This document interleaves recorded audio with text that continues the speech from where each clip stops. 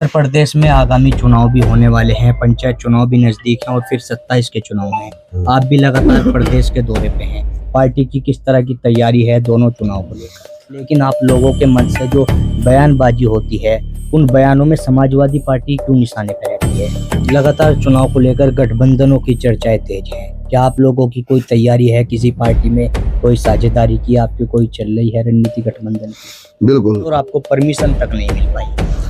बयान आपका वायरल हो रहा है, हम दो हमारे 2 दर्जन। क्यों जरूरत पड़ी इस तरह का बयान देने की? मुझे तो लगता है कि समाजवादी पार्टी और बीजेपी दोनों एक दूसरे से मिले हुए। हुकूमत किसी की भी रही हो, जुल्म का शिकार हमेशा मुसलमान रहा है। हमारे मुंह पे कोई ताला लगा देगा क्या? जो बात मैं बोलना चाहूंगा बोलूंगा संवैधानिक तरीके से। जो बात गैर संवैधानिक तरीके से, आए दिन तो हिंदू संगठन के जो कुकुर मुत्ते हैं, जो बरसात में गैर जरूरी घासें उगती हैं, आए दिन मुसलमानों को गालियां दे रहे हैं, मार रहे हैं। अभी आज एक मुसलमान को ट्रेन में मार दिया पकड़ करके। ये गोडसे की नाजायज औलाद है जो ये कर रहे हैं, और उनको मैं सावधान कर रहा हूँ कि आप मत करिए। और अगर कहीं हम इंशाअल्लाह ताला उत्तर प्रदेश की विधानसभा में पहुंच गए तो फिर तुम्हें हो सकता है कि हिंदुस्तान छोड़ करके नेपाल भागना पड़े, जहाँ पे वीजा और पासपोर्ट भी नहीं लेना पड़ता। बहुत बड़े शहर है कादिर राना, क्यों नहीं बोलते? आज दिन हिंदू संगठन गालियां दे रहा है, कादिर राना क्यों छुपा है? एक प्रेस कॉन्फ्रेंस आकर के बोले ना, बहुत बड़े बहादुर है, कहते थे मैं दाढ़ी बनवा के पुराने रूप में आ गया हूँ। कहाँ गया तुम्हारा वो रूप? कहाँ गया तुम्हारा वो गुस्सा? कहाँ गए? सिर्फ मुसलमानों का वोट लेने के लिए तुम्हारा रूप है, तुम्हारा गुस्सा है। अब क्यों नहीं बोलते? संगीत सोम वो तो व्यापारी है मीट का। अब बताइए कि गाय यहाँ पर अम्मा है, और जैसे मणिपुर पहुंचती है वो मिथुन चक्रवर्ती हो जाती है। हमारे साथ उत्तर प्रदेश के AIMIM के प्रदेश अध्यक्ष शौकत अली साहब मौजूद हैं, जो इन दिनों उत्तर प्रदेश के दौरे पे हैं और आज मुजफ्फरनगर भी पहुंचे हैं। अध्यक्ष जी, कार्यक्रम तो बड़ा होने की सूचना थी, लेकिन हमने देखा आपकी पार्टी के कार्यकर्ता कल तक भी जद्दोजहद करते नजर आए और आपको परमिशन तक नहीं मिल पाई। अब यही बात आप समाजवादी पार्टी से पूछिए। जो लोग हम पर बार बार इल्जाम लगाते हैं कि हम फला की टीम है, फला की टीम है। अगर हम बीजेपी की बी टीम होते तो शायद हमको परमिशन मिलती। मुझे तो लगता है कि समाजवादी पार्टी और बीजेपी दोनों एक दूसरे से मिले हुए। समाजवादी पार्टी का प्रोग्राम नहीं रोका जा रहा है, BSP का प्रोग्राम हो रहा है, कांग्रेस का प्रोग्राम हो रहा है, बीजेपी का प्रोग्राम हो रहा है, कोई भी संगठन है, हिंदू संगठनों के प्रोग्राम हो रहे हैं, किसान संगठन है उनके प्रोग्राम्स हो रहे हैं। लेकिन सवाल ये है कि MIM पार्टी को क्यों रोका जा रहा है? हम भी एक सियासी पार्टी है, हमारे पास भी भले उत्तर प्रदेश में आज नहीं है, लेकिन हमारे पास उत्तर प्रदेश में भी 5 चेयरमैन है, 3 नगर पालिका परिषद, 2 नगर पंचायत, और लगभग हमारे पास 75 सभासद कारपोरेटर है, और हमारे 13 MLA हैं, 2 MLC है, 1 MP है। तो हम भी तो एक political party, election commission of India में रजिस्टर्ड है। ये तो हमारा फंडामेंटल राइट है कि हम जा करके हर गांव में, हर शहर में, हर जिले में अपनी पार्टी का प्रचार प्रसार करने के लिए हम जा सकते हैं, हमें नहीं रोका जा सकता। ठीक है, लॉ एंड ऑर्डर को देखते हुए इंसान जाता है, पुलिस के पास परमिशन लेता है ताकि किसी तरीके का कोई मामला ना हो। पुलिस हमको परमिशन नहीं देती है, ये तो गलत है जी। और इस तरीके से हमको रोका जा रहा है, हमारे मौलिक अधिकारों का हनन नहीं है जी। नहीं होना चाहिए। तो आज मुजफ्फरनगर पहुंचे हैं, कुछ लोगों ने पार्टी भी यहाँ पे ज्वाइन की है। आम आदमी पार्टी के प्रदेश लेवल तक के पदाधिकारी आज शामिल हुए हैं। बिल्कुल, अलीम साहब ने पार्टी ज्वाइन की है और सोनू साहब ने पार्टी ज्वाइन की है। और अलीम साहब जो उपाध्यक्ष थे प्रदेश के आम आदमी पार्टी के, और सोनू साहब आप किसान यूनियन में काम करते हैं, मंडल अध्यक्ष है। तो बिल्कुल इनके आने से पार्टी को मजबूती मिलेगी और अल्हम्दुलिल्लाह बड़ी तेजी से हमारी पार्टी में लोग जुड़ रहे हैं। इधर 1 महीने के अंदर आप उम्मीद नहीं करेंगे कि हमारी कितनी तेजी से सदस्यता बढ़ी है। ऑनलाइन मेंबरशिप में हमारे बहुत ज़्यादा मेंबर बने हैं, और हर समाज के लोग हैं, हर तबके के लोग हैं, ठाकुर, ब्राह्मण, पिछड़ा, दलित, हर समाज से लोग आ रहे हैं और पार्टियां छोड़ करके आ रहे हैं जी। उत्तर प्रदेश में आगामी चुनाव भी होने वाले हैं, पंचायत चुनाव भी नजदीक हैं और फिर 27 के चुनाव हैं। आप भी लगातार प्रदेश के दौरे पे हैं। पार्टी की किस तरह की तैयारी है दोनों चुनाव को लेकर? देखिए, हम उत्तर प्रदेश में हमेशा चलते रहते हैं, हमसे ज्यादा कोई किसी पार्टी का प्रदेश अध्यक्ष चलता उलता नहीं है। गाजियाबाद से गाजीपुर तक की दूरी 1000 किलोमीटर की है। 5 तारीख को मैं सिद्धार्थनगर में था, जो कि नेपाल का बॉर्डर है, हिंदुस्तान वहाँ से ख़त्म होता है, और डुमरियागंज में था। और आज मैं आपके बीच में हूँ। मैं दिल्ली के बॉर्डर पे हूँ, उत्तराखंड के बॉर्डर पे हूँ।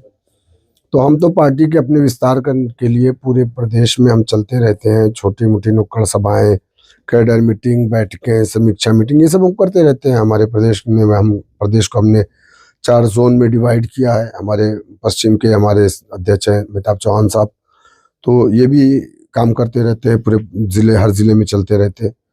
तो हम लोग काम कर रहे हैं और इस बार बहुत मजबूती के साथ हम मैदान में आएंगे इंशाल्लाह, क्योंकि 12 साल का एक वक्त होता है। 12 साल से लगातार हम लोग संगठन पे ही काम कर रहे हैं जी। और हमें कामयाबी भी मिल रही है। ऐसा नहीं है, हम अल्लाह की ज़ात से मायूस नहीं है। 2 विधानसभा हम नहीं जीत पाए, कोई मसला नहीं है, नहीं जीते नहीं जीते। एक दिन में कामयाबी नहीं मिलती। किसी वक्त में बीजेपी के पास 2 MP थे, फिर एक वक्त आया कि 300 से ज़्यादा MP बीजेपी के हुए। तो ठीक है, आज नहीं तो कल इंशाल्लाह हम कामयाब होंगे, ज़रूर होंगे। और उत्तर प्रदेश में हमारा बेटा, हमारी बेटी मुख्यमंत्री बनेगी इंशाल्लाह। यानी एक मुसलमान का बेटा और एक मुसलमान की बेटी नकाब और हिजाब वाली होगी, मुख्यमंत्री बनेगी, क्योंकि हमारे देश का संविधान इजाज़त देता है इस बात। उत्तर प्रदेश में भारतीय जनता पार्टी की सरकार चल रही है, लेकिन आप लोगों के मन से जो बयानबाजी होती है, उन बयानों में समाजवादी पार्टी क्यों निशाने पर रहती है? देखिए, मसला ये है कि अगर जिसने हमारे अधिकारों को छीना, हमने अब तक आज़ादी के बाद से अब तक हमने किसको वोट डाला? हमने सेकुलर ताकतों को वोट डाला, कम्युनल फोर्सेस मजबूत ना हो इसलिए वोट डाला। अगर आज हम दलित से बदतर है तो उसका जिम्मेदार कौन है? भाई, आज 12 साल से बीजेपी उत्तर प्रदेश में है। 25 साल मुख्तार अंसारी जेल में थे, तो 13 साल किसकी हुकूमत थी? अगर अतीक अहमद को बीजेपी हुकूमत में मारा गया और 12 साल से बीजेपी हुकूमत है, अतीक अहमद 25 साल जेल में थे, तो 13 साल किसकी हुकूमत रही? शहाबुद्दीन 30 साल जेल में थे, किसकी हुकूमत रही? हुकूमत किसी की भी रही हो, जुल्म का शिकार हमेशा मुसलमान रहा है। और इसी नाइंसाफ़ी के खिलाफ मजलिस इत्तेहादुल मुस्लिमीन का उत्तर प्रदेश में उदय हुआ है। जी, लगातार चुनाव को लेकर गठबंधनों की चर्चाएं तेज हैं। क्या आप लोगों की कोई तैयारी है? किसी पार्टी में कोई साझेदारी की आपकी कोई चल रही है रणनीति गठबंधन की? बिल्कुल, हम लोग देखिए, हम लोग तो चाहते हैं कि उत्तर प्रदेश में बीजेपी को रोका जाए। तो हम ये चाहते हैं कि उत्तर प्रदेश में दलित और मुसलमान से बड़ा गठजोड़ नहीं हो सकता, और अगर ये गठबंधन होता है तो ये नेचुरल अलायंस कहलाएगा। और 20-20, 40 होता है, हम बीजेपी को रोक देंगे जी उत्तर प्रदेश में। बाकी कोई गठबंधन नहीं रोक पाएगा। 2017 में आपने देखा, 2022 में आपने देखा, 2019 में आपने देखा, 2024 में आपने देखा, और 2027 में भी आप देखेंगे। ये लोग नहीं रोक पाएंगे। एक बयान आपका वायरल हो रहा है, हमारे 2 दर्जन। क्यों जरूरत पड़ी इस तरह का बयान देने की, जबकि देश में लगातार अलग अलग संगठनों के द्वारा जनसंख्या नियंत्रण कानून की मांग भी लगातार समय समय पर हो रही है? ठीक है, जो संगठन मांग कर रहे हैं वो अपनी मांग करें, हम जो मांग कर रहे हैं हमारी अपनी। ये तो हमारा फंडामेंटल राइट है। हमारे मुंह पे कोई ताला लगा देगा क्या? जो बात मैं बोलना चाहूंगा बोलूंगा संवैधानिक तरीके से। जो बात गैर संवैधानिक तरीके से, आए दिन तो हिंदू संगठन के जो कुकुर मुत्ते हैं, जो बरसात में गैर जरूरी घासें उगती हैं, आए दिन मुसलमानों को गालियां दे रहे हैं, मार रहे हैं। अभी आज एक मुसलमान को ट्रेन में मार दिया पकड़ करके। क्यों मार रहे हैं भाई? हम इस देश के नहीं है क्या? ये गोडसे की नाजायज औलाद है जो ये कर रहे हैं, और उनको मैं सावधान कर रहा हूँ कि आप मत करिए, वरना देश का कानून इतना कमजोर नहीं है। आज सरकार तुम्हारी है, कल नहीं भी हो सकती है। हाँ, तो फिर तुम्हें सबक सिखाएगी जो भी सरकार आएगी। और अगर कहीं हम इंशाअल्लाह ताला उत्तर प्रदेश की विधानसभा में पहुंच गए तो फिर तुम्हें हो सकता है कि हिंदुस्तान छोड़ करके नेपाल भागना पड़े, जहाँ पे वीज़ा और पासपोर्ट भी नहीं लेना पड़ता। तो हम कोशिश कर रहे हैं कि हमारे विधानसभा में हमारे विधायक जीत करके जाएं, ताकि जो हिंदू संगठनें हैं जो आए दिन मुसलमान, इस्लाम, कुरान और हमारे नकाब और हिजाब को निशाना बना रहे हैं, और अपोजिशन खामोश है। 111 MLA जीत करके मतलब क्या है? तुम खामोश बैठे हो। क्यों हमने वोट दिया तुम्हें? क्यों वोट दिया है? हमने इसीलिए वोट दिया था कि हमारे ऊपर जुल्म हो, ना इंसाफी हो, हमारी शरीयत में मुदाखलत हो गई, आए दिन हमारे आका की शान में गुस्ताखियाँ हो रही, अल्लाह सुब्हानहू व तआला की शान में गुस्ताखियाँ हो रही, हम आयशा को गाली दी जा रही है। ये खामोश बैठे हुए, फिर इनके जैसों की हमें ज़रूरत ही नहीं है। इनके जैसों की ज़रूरत ही नहीं है कि अपने आका के इशारे में बोलेंगे, वरना ये खामोश रहेंगे। बहुत बड़े शेर हैं, कादिर राना क्यों नहीं बोलते? आज दिन हिंदू संगठन गालियां दे रहा है, कादिर राना क्यों चुप है? एक प्रेस कॉन्फ्रेंस आकर के बोले ना, बहुत बड़े बहादुर है, कहते थे मैं दाढ़ी बनवा के पुराने रूप में आ गया हूं। कहां गया तुम्हारा वो रूप, कहां गया तुम्हारा वो गुस्सा, कहां गए? सिर्फ मुसलमानों का वोट लेने के लिए तुम्हारा रूप है, तुम्हारा गुस्सा है। अब क्यों नहीं बोलते? क्यों हम ही को बोलना पड़ रहा है? हम पर मुकदमे भी हो रहे हैं। अभी मेरे ऊपर 2 मुकदमे कर दिए गए 5 तारीख को डुमरियागंज में, बीजेपी के लोगों ने, हिंदू युवा वाहिनी के लोगों ने। और मुझे कम से कम 25 फोन आए मेरी जान को मारने के लिए, एड्रेस पूछ रहे हैं। ठीक है, हमारे भी औलाद है, हमारे पास भी कारोबार है, ऐसा नहीं है कि हम लावारिस हैं, यतीम खाने से निकल करके हम सियासत कर रहे हैं। लेकिन हम जब भी कोई इस तरीके का जुल्म करेगा, अन्याय करेगा, मुझे मेरा दीन, मेरा इस्लाम ये बात कहता है कि जालिम को रोकना है और मजलूम को भी रोकना है, बचाना है। तो हम, ताकत है तो हाथ से रोक दो, कम ताकत है तो बोल करके रोको, अगर उससे भी कम है तो दिल ही दिल में बुरा सोचो, उस दुआ करो। तो हमें कम से कम संविधान ने बोलने की ताकत तो दी है, बोलने का राइट तो दिया है। तो हम तो बोल रहे हैं, लेकिन वो लोग क्यों नहीं बोल रहे हैं जो लोग अपने आप को मुसलमानों का मसीहा कहते हैं?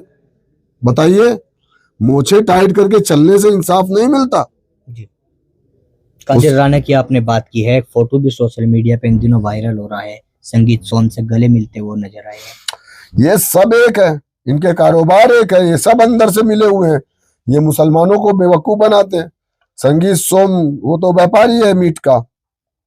अब बताइए कि गाय यहाँ पर अम्मा है, और जैसे मणिपुर पहुंचती है वो मिथुन चक्रवर्ती हो जाती है। अब उधर मिथुन खाएंगे, इधर जितेंद्र को नहीं खाना है। ये कौन सा है भाई तुम्हारा धर्म? जो धर्म यहाँ होना चाहिए वही धर्म तुम्हारा मणिपुर गोवा में होना चाहिए। यहाँ तो समझ में आ रहा है तुम्हारा, तुम ठीक है गाय है नहीं खाना ये नहीं। और क्या होती है, सब गाय सप्लाई खुद ही कर दे रहे हैं। ब्राजील के बाद 2nd नंबर की लार्जेस्ट कंट्री इंडिया है, जो पूरी दुनिया में मीट को, बीफ, वो भी बीफ सप्लाई करती है। और हिंदुस्तान में सबसे टॉप का जो स्टेट है वो उत्तर प्रदेश है। 47% उत्तर प्रदेश देता है और 53% में पूरा प्रदेश देता है। तो आप बताइए, वो बाबा जी का, हमारे बाबा जी सन्यासी साधु जी का, और हमको गाय गोश्त के नाम पे मारते हो। और हबीबी से जाकर के ओमान में हमारे मोदी जी गले मिलते, चुम्मा उम्मा लेते और बोलते हम हलाल का सर्टिफिकेट मार करके तुमको देंगे। तो हलाल का सर्टिफिकेट वहां जाएगा मार करके और यहाँ नहीं बिकेगा। ये दोगली पॉलिसी क्यों है? उत्तर प्रदेश में SIR प्रक्रिया भी अभी चली है, किस तरह से देखती है आपकी पार्टी? देखिए, ये वोट चोरी का काम हर हुकूमत में हुआ है, किसी में कम होता है, किसी में ज्यादा होता है। और ये बीजेपी गवर्नमेंट में ज्यादा हो रहा है। फार्म 7 भरवा करके लोगों के नाम काटे जा रहे हैं, ये बहुत गलत हो रहा है। कई जगह शिकायतें भी हुई है, कुछ BLO ने खुद आकर के सोशल मीडिया के सामने भी बोला है कि हमसे जबरदस्ती नाम कटवाए जा रहे हैं, और ये सब बीजेपी वाले कर रहे हैं। सवाल ये है कि जिम्मेदारी किसकी है रोकने की? हमारी है। अपोजिशन क्यों है? अगर अपोजिशन नहीं रोक पा रहा है, अगर अपोजिशन नाकारा है, तो फिर रास्ते से हट जाए, हम रोक करके दिखा देंगे उसको। जी, आखिरी सवाल आखिर कि क्या मैसेज देना चाहोगे तमाम कार्यकर्ताओं को उत्तर प्रदेश? मैं तमाम उत्तर प्रदेश के लोगों से कहना चाहूंगा कि हम जिस लड़ाई को लड़ रहे हैं, ये लड़ाई किसी जात पात धर्म की नहीं है, ये लड़ाई न्याय की है, ये लड़ाई नाइंसाफी की है। और ये लड़ाई जो हम लड़ रहे हैं ये संवैधानिक तरीके से लड़ रहे हैं। तो जिसे न्याय चाहिए उसे हमारे पास आना चाहिए। हम सबको दावत दे रहे हैं, हर समाज के लोगों को दावत दे रहे हैं कि हमारे साथ आइए, मिल करके हम इस न्याय की लड़ाई को लड़ेंगे। टाइम देने के लिए बहुत धन्यवाद। शुक्रिया। तो हमारे साथ में उत्तर प्रदेश के AIMIM के प्रदेश अध्यक्ष शौकत अली साहब मौजूद थे, जो महत्वपूर्ण मुद्दों पर चर्चा कर रहे थे।